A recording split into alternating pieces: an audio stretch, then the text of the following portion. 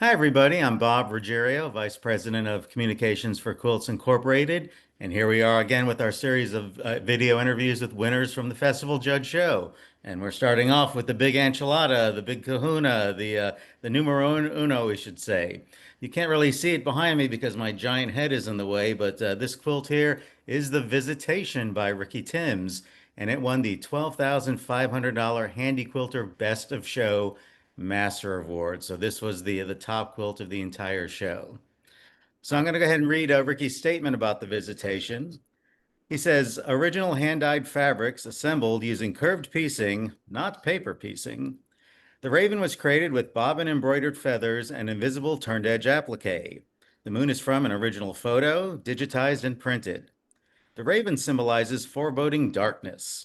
The clock suggests using time wisely, and the tree represents wisdom, not dead, but dormant. Quilted leaves suggest spring will soon emerge. Time suggests midnight approaches, but a new day will dawn. So welcome, Ricky Timms. Hey Bob, how are you? It's good to see you. Great. So yeah, you're the top winner this year. So tell me a little bit about how that felt, and then how this kind of quilt, the idea for it came to you. The feeling was unbelievable. There were tears. It was unexpected. Nobody can even begin to expect this. I know I had made a nice quilt, something that I thought would, do well at the shows, but that was humbling, amazing, happy. I don't think there's words to describe all the emotions that come with something like that. That's great. So how did the idea for this kind of percolate in your head? We are just a few days away from Halloween. We are. And, it's funny because a lot of people associate the Raven with Edgar Allan Poe, but no, this idea of time has been brewing in my life probably since the year 2000 when I had my quadruple heart bypass surgery. I'm 25 years past that, so time is precious to me. I realize that I have less time in front of me than I have behind me. So I make pretty much every decision every day based on how I want to spend my time, because it is a commodity and I try to use it as efficiently as I can. And then the Raven itself has been a part of my world for quite a long time. I don't know how to describe that because it sounds weird, but the bottom line is the Raven has made its presence known to me, whether I was flying into town and it's leading me home, or driving into town and it's leading me home, or leaving town and it's leading me away, or other times when I've played music in the mountains and the Raven is there singing or cawing with me. But anyway, the Raven, there's a lot of stories behind the Raven we don't have time to go into today, but the Raven is a symbol of impending doom.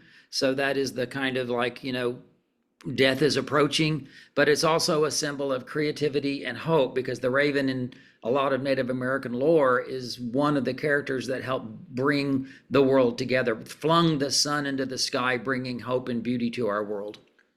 That's right. I mean, it's a very deep quilt, and I would watch you in Houston at the show explaining it to people, including our dear friend Libby Lehman, who made a special visit to see the quilt. That was a beautiful, wonderful honor. Of course, Libby's been a dear friend of mine, but she's been reluctant to be at the shows because it's a bit overwhelming for her since her stroke in 2013.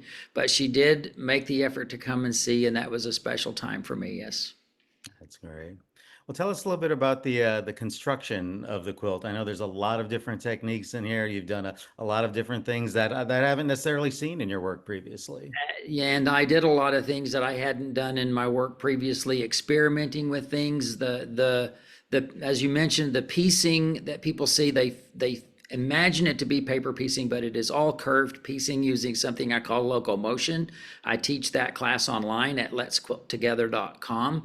But also the embroidery on the wings with the feathers, and then all of those feathers, no matter how small, are turned edge, which is not something I typically do, but my typical methods just didn't seem to work visually for what I wanted to create on this quilt. And then I used a photo that I took of the moon. The big clock is the face of the moon, so you can see the craters and all the details.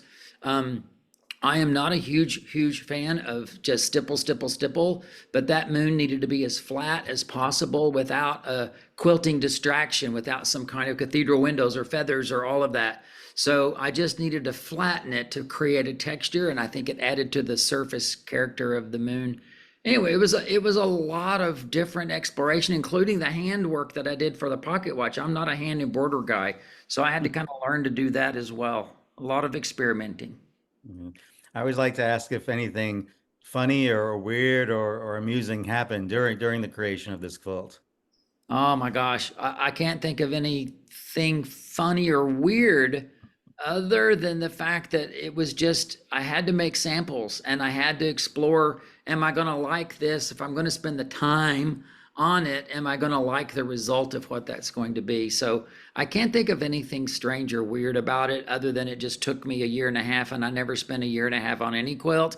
And I tell people, even though it took a year and a half, I didn't quilt for a year and a half because I have a life, I have work to do, teach classes to teach, travel, and all of that. But still, it took quite a long time. Yes. Tell us about the shirt you're wearing there. I know you had it on during the show as well. Yeah, so the shirt here is a print that I had of the quilt that I had done at Spoonflower. I ended up going ahead and getting 5 panels of the quilt because I knew to make the quilt with the left side, the right side, the face bands, that come down the front. I had to destroy an entire panel just to get that so it would match. But it was kind of fun. I've never done that before. Oh, and I just grabbed this because this is my cell phone cover of, of course, as well. So it's, Branding, it's all about branding, Ricky. yeah, I know, but it's just been fun. This quilt has been really fun, and I really appreciate the response from the public over the quilt. They see it. I wanted to make a quilt that would be unforgettable. If you saw it, you would probably never forget it. And if nothing else, I feel like I might have done that regardless of what it wins or doesn't win. I think people connect with the message and the quilt. Sure. Is there anything you would have done differently in hindsight in making the quilt? I have to say no. I thought about that a lot, but as I went through it and went through it slowly, things emerged. The quilt is the one that directed me all along the way. The quilt got what it wanted. For months, I didn't know how I was going to quilt it. I kind of had the idea of what I would do for quilting the tree, and the landscape, but the sky, I just didn't know. And then suddenly I realized that the tree is foretelling that spring will come again after this chapter ends. A new life or a new chapter will begin. So I thought ghosting leaves would be great to quilt.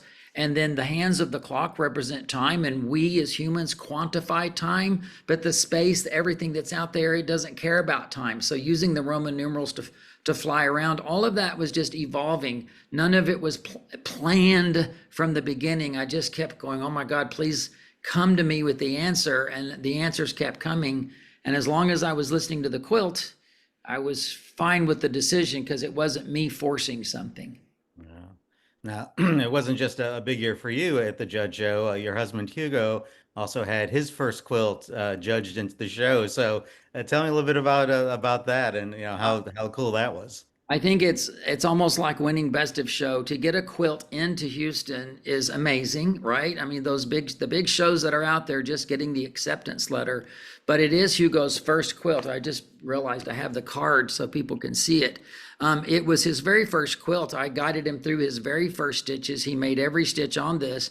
And while it's a relatively kind of traditional looking quilt, it's got a lot of quirks in it, and the quilting is beautiful. So it was really exciting that we could share that moment together and be at the show together with both of our quilts.